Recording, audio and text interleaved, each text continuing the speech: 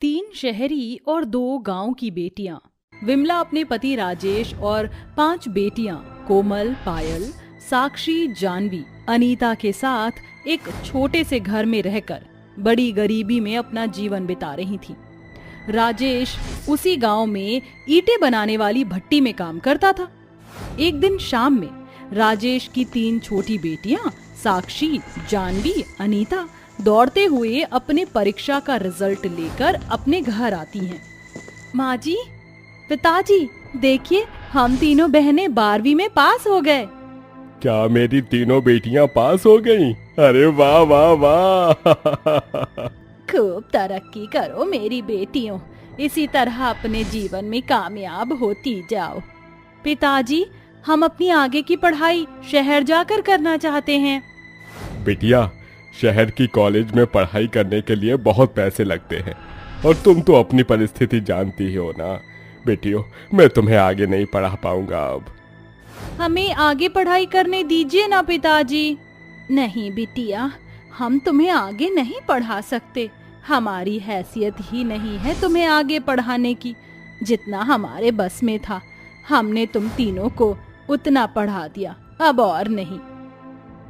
ये सुनकर तीनों दुखी होकर अपने घर के आंगन में जाकर बैठ जाती हैं। माँ, ये तीनों तो दुखी हो गईं। क्या करें कोमल बिटिया, अब इनकी पढ़ाई के लिए क्या अपने आप को बेच दें हम? 2 दिन जैसे तैसे बीत जाते हैं। एक दिन राजेश अपनी भट्टी पर काम कर रहा था। तभी उस भट्टी की सारी गर्म ईंटें घसक कर राजेश और 2 मजदूरों पर गिर जाती हैं, जिसमें राजेश और उन मजदूरों की मौत हो जाती है। राजेश की मौत के बाद विमला और उसकी 5 बेटियां पूरी तरह से टूट चुके थे। पति की मौत के बाद विमला दमे की बीमारी का शिकार बन चुकी थी। कुछ दिन बाद घर में जितना राशन पैसा था वो सब बीते गुजरे दिनों में खर्च हो चुका था। एक दिन सवेरे, पायल, अब हमें ही कुछ काम करके पैसे कमाने होंगे। माँ की हालत देखो, ऐसी हो गई है, घर में अन्न का दाना नहीं, पास में एक पैसा नहीं, और अब तो पिताजी भी नहीं है। अब जीवन का गुजारा करने के लिए हमें ही कुछ करना होगा। हाँ कोमल बहन, मैं एक काम करती हूँ, गांव वालों के कपड़े सिलाई का काम करती हूँ। मैंने तो सिलाई का कोर्स भी कर रखा है। अच्छा, तो फिर मैं गांव में जाकर कोई काम करती हूँ। कम से कम हमारी कमाई से अपने परिवार का गुजारा तो चलेगा। दीदी, हम तीनों भी आपके साथ काम करके पैसे कमाएंगे। नहीं साक्षी, तुम तीनों काम नहीं करोगी। मुझे पता है तुम तीनों अपनी पढ़ाई छोड़कर बहुत दुखी हो चुकी हो। बचपन से माँ पिताजी के लिए हमने पढ़ाई नहीं की। पिताजी ने बड़ी उम्मीदों से तुम तीनों को पढ़ाया है, पर गरीबी की हालत देखकर वो तुम तीनों को पढ़ाई करने से मना कर रहे थे। पर अब तुम तीनों पढ़ाई करके अपने पिताजी का सपना पूरा करो। हाँ बहनों, तुम शहर जाकर पढ़ाई करो, तुम्हारी पढ़ाई का सारा खर्च हम दोनों उठाएंगे। ये सुनकर साक्षी, जानवी, अनीता अपनी बड़ी बहनों के गले लिपटकर खूब रोने लगते हैं। दीदी, हम तीनों मन लगाकर पढ़ाई करेंगे और एक कामयाब इंसान बनकर दिखाएंगे। उसके बाद कोमल, पायल अपना घर उसी गांव के सेठ दर्पण के पास 50,000 रुपए में गिरवी रखकर अपनी बहनों का शहर की कॉलेज में एडमिशन करवा देते हैं। साक्षी, जानवी और अनीता ये तीनों शहर में कॉलेज की हॉस्टल में रहने चले जाते हैं और वहीं रहकर अपनी पढ़ाई करने लगते हैं। इधर पायल घर में गांव वालों के कपड़े सिलाई का काम करने लगी और कोमल दर्पण के खेत में मजदूरी का काम करने लगी। कुछ दिन ऐसे ही बीत जाते हैं। एक दिन रात में, पायल, माँ की दवाई ले आई तुम? हाँ दीदी, पर मेरे पास थोड़े ही पैसे थे, इसीलिए 8 दिन की ही दवाई ला पाई मैं। अच्छा, देखो सेठ जी ने आज मुझे 5,000 रुपए दिए। इसमें 2,000 में हम घर में राशन भर लेते हैं और 2,000 बहनों की पढ़ाई के बॉक्स में डाल देते हैं और 1,000 माँ के इलाज के लिए रख देते हैं। तभी शहर से साक्षी का फोन आता है और पायल साक्षी से बात करती है। थोड़े समय बाद, दीदी, साक्षी कह रही थी उनके ओरल परीक्षा आने वाले हैं, तो कॉलेज वालों ने तीनों की परीक्षा फीस 6,000 रुपए मंगाए हैं। अगर उन्होंने फीस जमा नहीं की तो उन तीनों को परीक्षा में बैठने नहीं दिया जाएगा। और अनीता कह रही थी उसे कुछ नोट्स लाने के लिए 2,000 रुपए भी चाहिए। क्या अब 8,000 रुपए हम कहाँ से लाएंगे? कोमल बेटा, तू मेरी ये दवाई वापस कर दे और साक्षी, जानवी, अनीता को वो पैसे भेज दे। नहीं माँ, आपको दवाई लेना बहुत जरूरी है, हम आपकी दवाई वापस नहीं कर सकते। कोमल दीदी, दर्पण मालिक से ले क्या उधार पैसे? नहीं पायल, पहले ही हम पर उनके 50,000 रुपए का कर्जा है, अब और पैसा लेना सही नहीं रहेगा उनसे। देखो 5,000 रुपए तो हमारे पास है, बस 3,000 रुपए की जरूरत है हमें। मैं कहीं से पैसों का इंतजाम करती हूँ। अगले दिन कोमल उस गांव के किसी और आदमी से 3,000 रुपए उधार लेकर वो 8,000 रुपए अपनी बहनों को शहर भेज देती है। इसी तरह दिन गुजरते गए। 3 महीने में 4 महीने में साक्षी, जानवी, अनीता फोन लगाकर अपनी बहनों से पैसा मांगा करते रहे और कोमल, पायल कर्ज ले लेकर, पेट काट काट कर अपनी बहनों को पढ़ाई का खर्च देने लगे। देखते ही देखते 5 साल बीत जाते हैं। साक्षी, अनीता, पायल अब अपने गांव, अपने घर आ चुके थे। उनकी पढ़ाई खत्म हो चुकी थी। एक दिन सवेरे साक्षी, जानवी और अनीता तीनों को शहर की कंपनी से नौकरी का कॉल आता है। माँ, कोमल दीदी, हमें शहर की कंपनी में नौकरी मिल गई है, हम शहर जा रहे हैं माँ, और वहीं रहेंगे। ये तो बड़ी अच्छी बात है, आज तुम तीनों अपने जीवन में कामयाब हो ही गई हो। माँ, हम शहर से आपको पैसा भेज दिया करेंगे, देखना अब आपके गरीबी के दिन बहुत जल्द दूर हो जाएंगे। 2 दिन बाद तीनों शहर चली जाती हैं और वहाँ एक कंपनी में नौकरी करके वहीं रहने लगते हैं। देखते ही देखते 4 महीने बीत जाते हैं। इन 4 महीनों में एक भी बार साक्षी, जानवी, अनीता ने अपनी बहनों और माँ को फोन नहीं किया था। एक दिन रात में, माँ, साक्षी, जानवी, अनीता जब से शहर गए हैं उन्होंने एक भी बार हमें फोन नहीं किया। वो तीनों वहाँ ठीक तो होंगे ना? उन्होंने एक पैसा भी नहीं भेजा हमें शहर से अभी तक। हाँ माँ, साक्षी ने तो कहा था ना कि वो हमें शहर से पैसे भेजेंगे। यहाँ कर्जादार हमें बहुत परेशान कर रहे हैं, वो बार बार हमसे पैसे मांग रहे हैं। हो सकता है वो तीनों अपने काम में व्यस्त होंगे। उसके बाद कोमल, पायल और विमला, ये तीनों के भूखे रहने के दिन आ चुके थे और इधर साक्षी, जानवी, अनीता शहर में अपनी मस्ती में अपना जीवन बिताए जा रहे थे। इन तीनों ने अपनी बहनें और माँ को एकदम से भुला दिया था। कुछ दिन बाद पैसे ना मिलने पर दर्पण विमला और उसकी बेटियों को उनके घर से निकाल देता है और उनके घर पर कब्जा कर लेता है और बाकी लोग अपने पैसे के बदले विमला के घर का सारा सामान, सारे कपड़े, सब कुछ ले लेते हैं। तभी विमला और उसकी दोनों बेटियां फुटपाथ पर आ जाते हैं और वहीं रहने लगते हैं। एक दिन रात में अचानक तेज बारिश हो रही थी और तीनों बारिश के पानी में काफी गीले हो चुके थे। तभी विमला की तबीयत बहुत ज्यादा खराब हो जाती है। दीदी, माँ की हालत तो खराब होती जा रही है, हमें माँ को तुरंत हॉस्पिटल ले जाना होगा।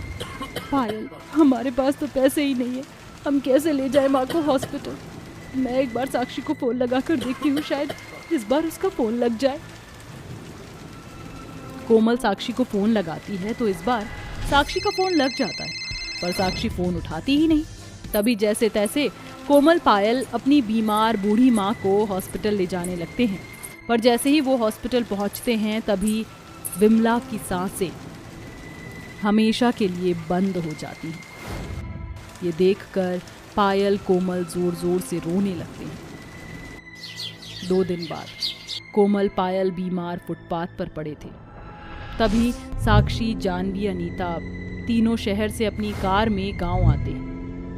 तभी कार में से उनकी नजर पायल, कोमल पर पड़ती है, जो फुटपाथ पर लाश की तरह पड़े थे। ये देखकर तीनों उनके पास आते हैं। अरे बाप रे, कोमल दीदी, पायल दीदी, अरे क्या हो गया आप दोनों को? पायल दीदी, कोमल दीदी, उठिए ना। कोमल और पायल का शरीर बुखार में भट्टी की तरह तप रहा था। तभी तीनों बहनें दोनों को हॉस्पिटल ले जाते हैं, जहां उनका ट्रीटमेंट होता है। थोड़े समय बाद, कोमल दीदी, ये कैसी हालत हो गई आप दोनों की? माँ कहाँ है? तभी कोमल बीते सारे दुखों के बारे में विस्तार से अपनी तीनों बहनों को बताती है। ये सुनकर तीनों के होश उड़ जाते हैं। हमने तुम्हारी पढ़ाई के लिए अपने जीवन को दांव पे लगा दिया और तुम नौकरी करने के बाद अपनी बहनों और माँ को भूल गई। तुमने हमें एक फोन तक नहीं किया। हमारे हाथों घर चला गया, सामान चला गया, माँ तड़प तड़प कर मर गई, पर तुम्हें हमारी याद नहीं आई। ये सुनकर तीनों खूब रोने लगती हैं। हमें माफ कर दो कोमल दीदी, शहर के माहौल और वहाँ के रहन सहन में हम आप लोगों को भूल गए थे, हमसे गलती हो गई, हमें माफ कर दो दीदी। तीनों बहनें कोमल पायल के कदमों में गिरकर उनसे रो रो कर माफी मांगती हैं, पर कोमल पायल उन्हें माफ नहीं करती। तभी तीनों बहनें घुटनों के बल हाथ जोड़े अपनी बहनों से माफी मांगती हैं। ये देखकर कोमल पायल की आंखों में आंसू आ जाते हैं और वो अपनी बहनों को माफ कर देती है। जिसके बाद साक्षी, जानवी, अनीता तीनों अपनी बड़ी बहनों को अपने साथ शहर लेकर चली जाती हैं और वहाँ उनके साथ हंसी खुशी अपना जीवन बिताती हैं। माँ, अब मैं क्या करूँ? बाहर आऊँ या ना आऊँ? अरे बेटी, अभी तू बस यहीं पर बैठी रह, जब तक वो लोग तुझे बुलाएंगे नहीं, तुझे बाहर आना नहीं है। रूपाली ऐसा कहकर बाहर मेहमानों के पास चली जाती है। ये लीजिए, मैं आप सभी के लिए चाय लेकर आई हूँ। सभी लोग चाय के कप उठा लेते हैं। तभी शकुंतला कहती है, अरे बहन जी, मुझे तो लगा था कि चाय के कप तुम्हारी बेटी लेकर आएगी। अब ऐसे कहाँ है तुम्हारी बेटी? कहीं दिखाई नहीं दे रही। बुलाओ तो सही उसे, आखिर मैं भी तो देखूं मेरी होने वाली बहू कैसी लगती है। शकुंतला की बातें सुनकर रूपाली थोड़ी देर सोच में पड़ जाती है। क्या हुआ बहन जी? आपकी बेटी की तबीयत तो ठीक है ना? कोई परेशानी वाली बात है तो हमें आप बता दीजिए। नहीं नहीं, कोई परेशानी वाली बात नहीं है, मैं बुला देती हूँ अपनी बेटी को अभी।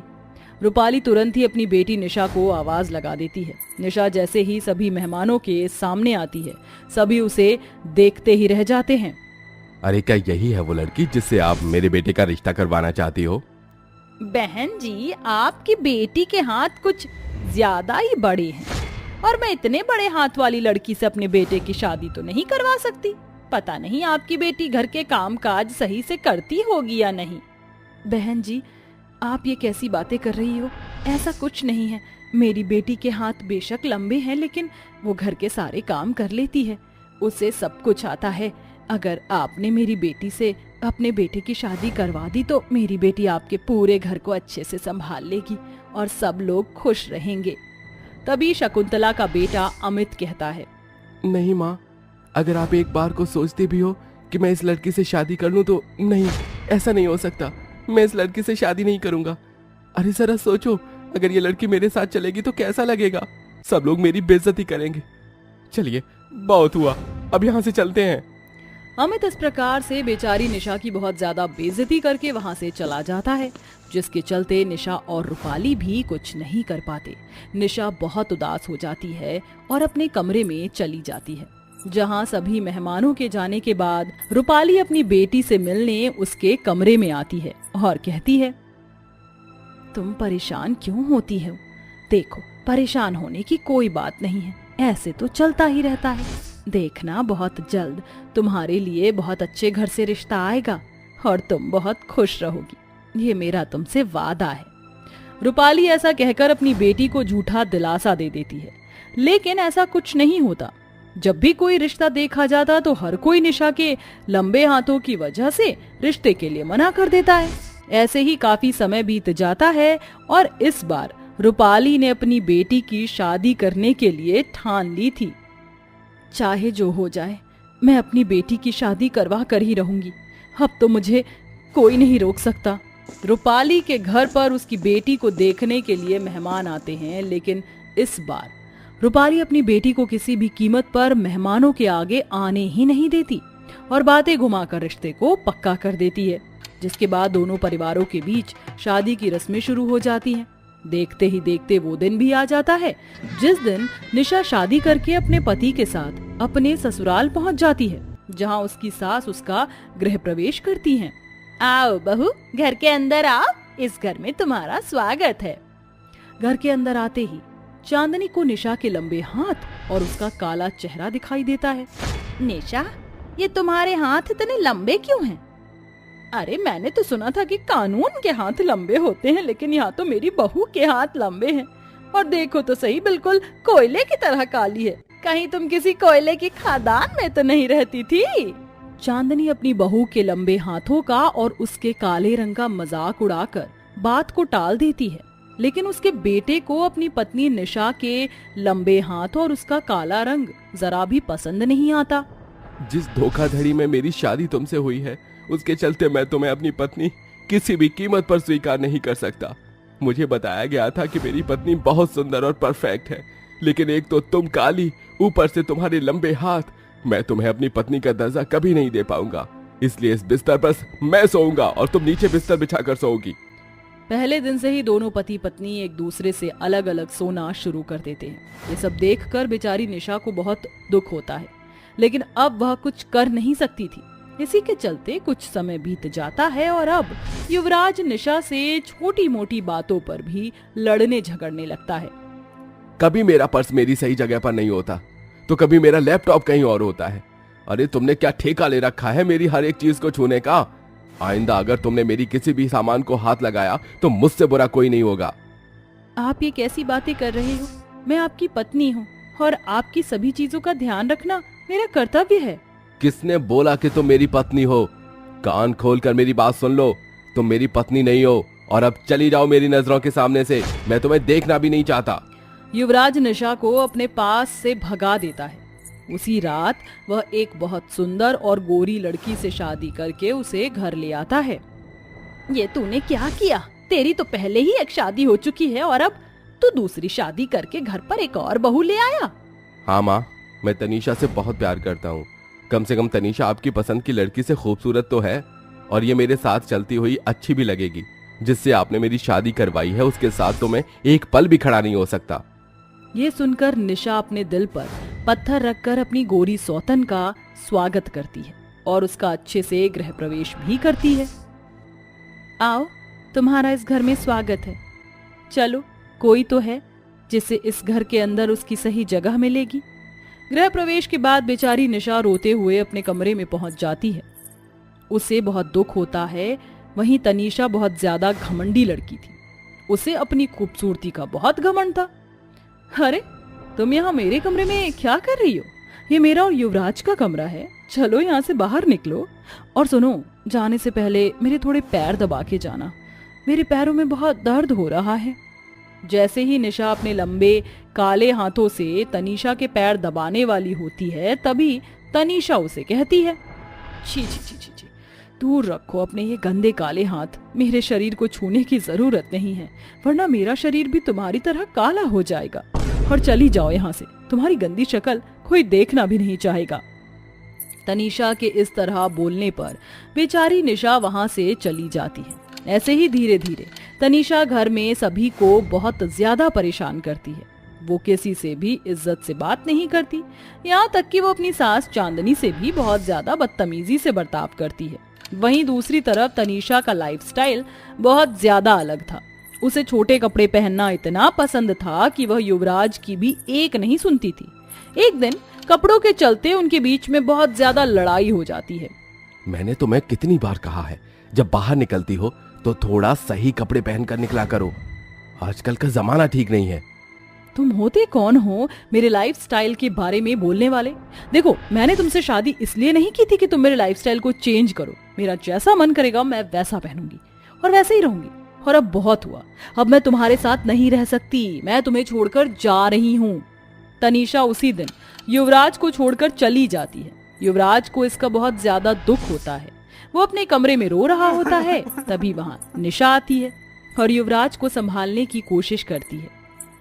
देखो, परेशान होने की जरूरत नहीं है। जो हुआ उसे भूल जाओ। जिंदगी में कुछ फैसले ऐसे होते हैं जो हम लोग गलत ले लेते हैं, लेकिन जो पास में है उसकी कदर करो। निशा के समझाने पर युवराज को अपनी गलती का एहसास हो जाता है, जिसके चलते वह निशा से माफी मांगता है। मुझे माफ कर दो, मुझसे बहुत बड़ी गलती हो गई। मुझे तुम्हारे साथ ऐसा नहीं करना चाहिए था। तुम दिल की कितनी साफ हो और इतना कुछ होने के बाद भी तुमने मेरा साथ नहीं छोड़ा। लेकिन मेरी पसंद की लड़की 1 मिनट में मुझे छोड़कर चली गई। जो हुआ उसे भूलकर अब एक नई शुरुआत करते हैं। युवराज अपनी गलती का पछतावा करता है और निशा के साथ एक नई जिंदगी की शुरुआत करता है, जिसके बाद निशा और युवराज दोनों एक साथ खुशी खुशी रहने लगते हैं।